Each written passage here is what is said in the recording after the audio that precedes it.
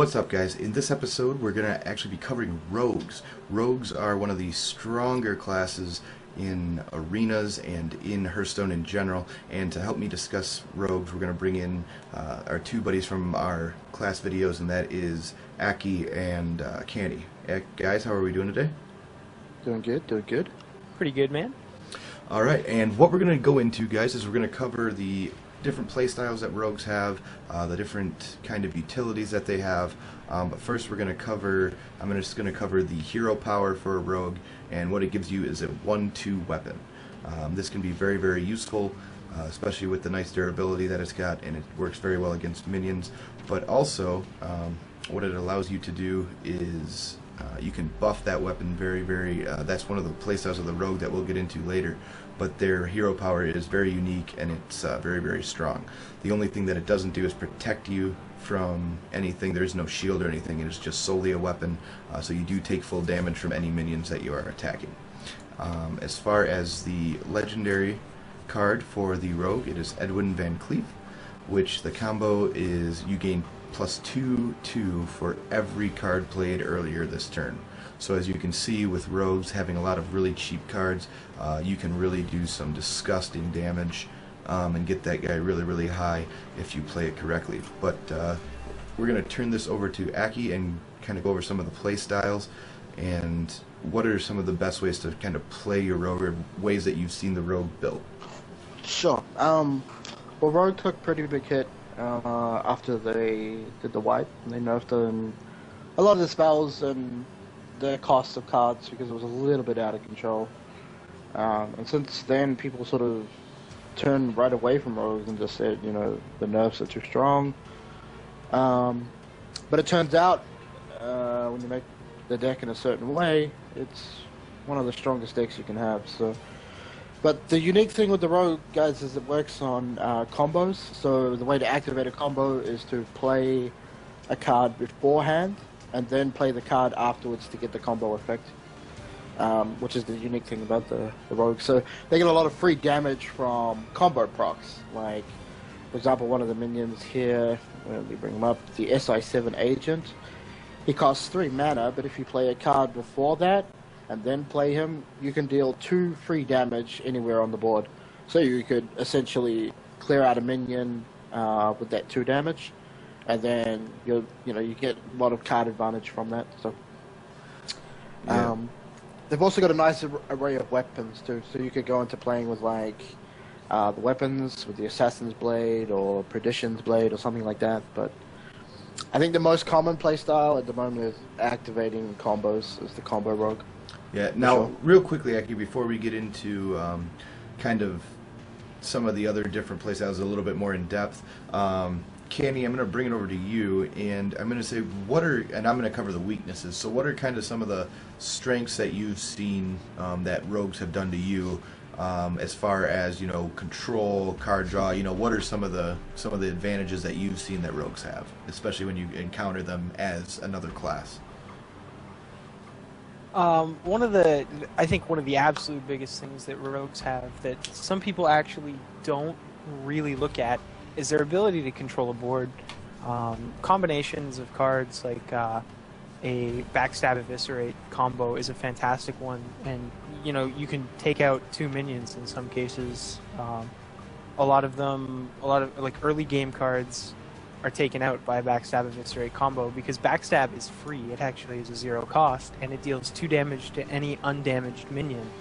So if you find that on turn 2 your opponent has 2 minions down and you're starting to sweat because you're losing board control, something like that can actually turn the tides for you very early in the game. Not a lot of classes have that ability, especially with a free 2 damage card. Like that's just one of the most fantastic things about the rogue. And yep, any other real strength that you've seen when kind of encountering them?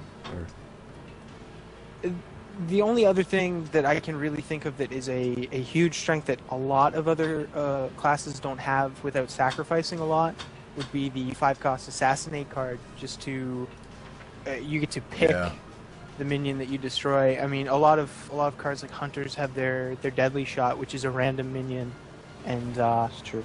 You know, shamans have lava burst, which is 5 damage, and that's kind of high end for a cheaper direct damage spell. But assassinate is just, it takes it out and it bypasses divine shield, which Yep. some people don't tend to realize. Yeah, if you pick a minion, it's gone. There's Yeah, there's nothing you can do about it. It's gone. Yeah. As far as some of kind of the things that I've seen beat rogues, a lot of times if you can control, like Candy said, if you lose board control early, going against a rogue is very, very detrimental. But some of the ways that you can counter a rogue is really having some high health minions. The higher health minions that you can get seem to give rogues a little bit of trouble, because what you want to do is obviously make them use more of their cards.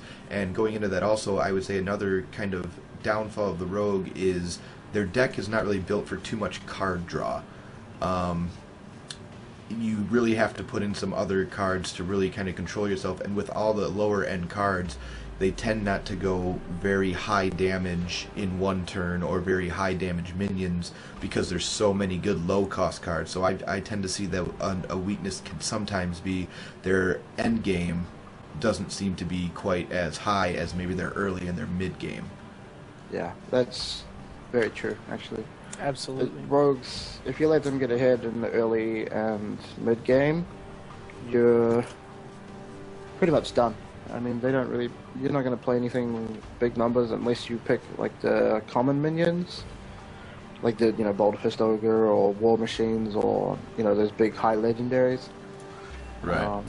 They sort of lack anything really good, solid beefy minions, late game. So Yeah. if you can survive to late game and then just start throwing out big cards at them Yeah. every turn, yeah, they'll run into Yeah, a bit the of trouble. real trick that I've seen when playing against a rogue is trying to bait out those assassinates early, because once those assassinates are gone, it's very, very hard for rogues to really start to Deal with it, destroy board clear after that point.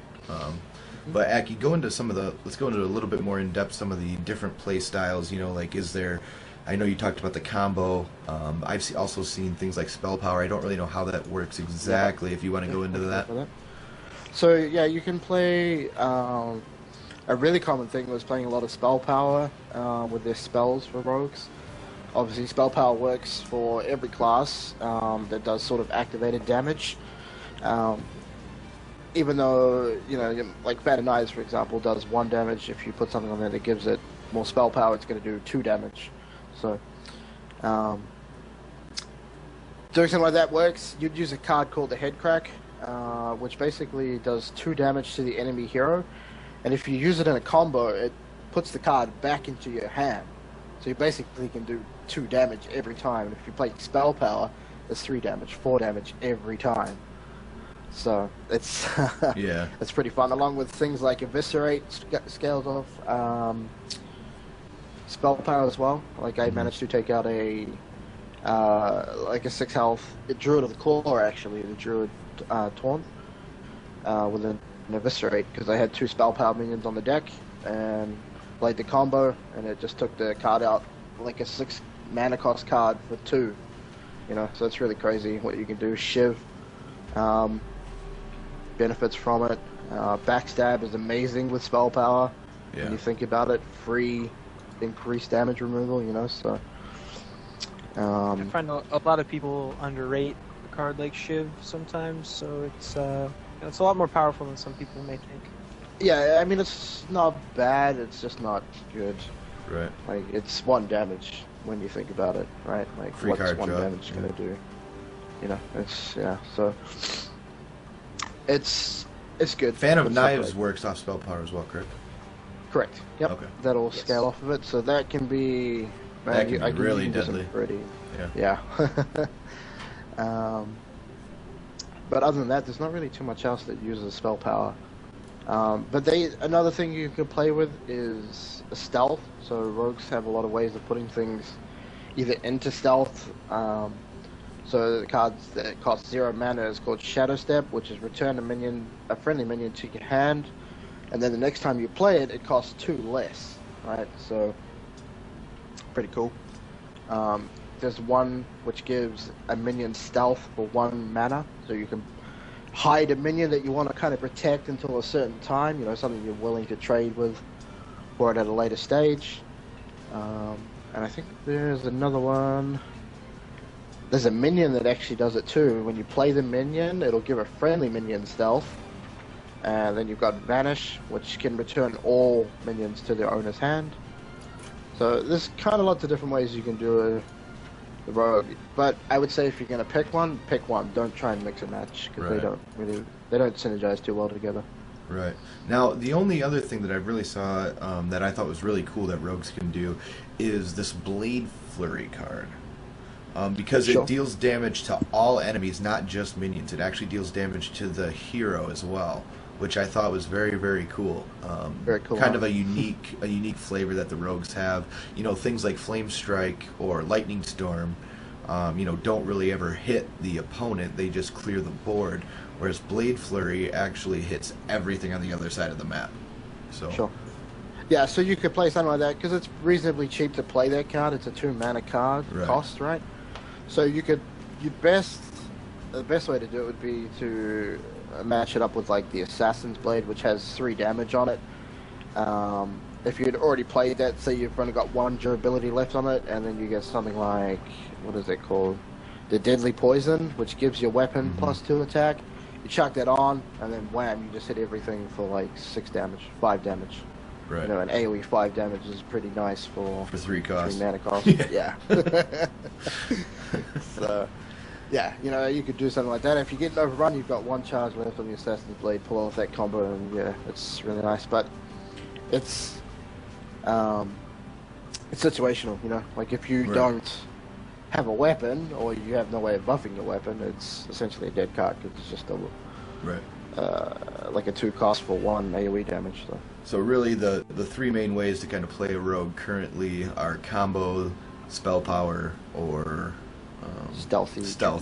Yeah. So. All right. Well, I'd say of the best, definitely go with the combo. Look into it.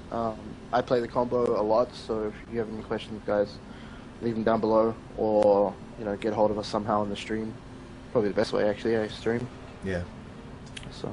But yeah, if there's nothing else from Kenny. No, I mean that pretty much covers everything. All right, and then Aki, thanks for kind of walking us through the rogue. And guys, like Aki said, make sure that if you do have any questions, leave them in the comments below, or hop on the live stream, and you can always ask in there. We'll try to answer them for you as quick as we can. But thank you guys for watching, and as always, we will see you in the next one.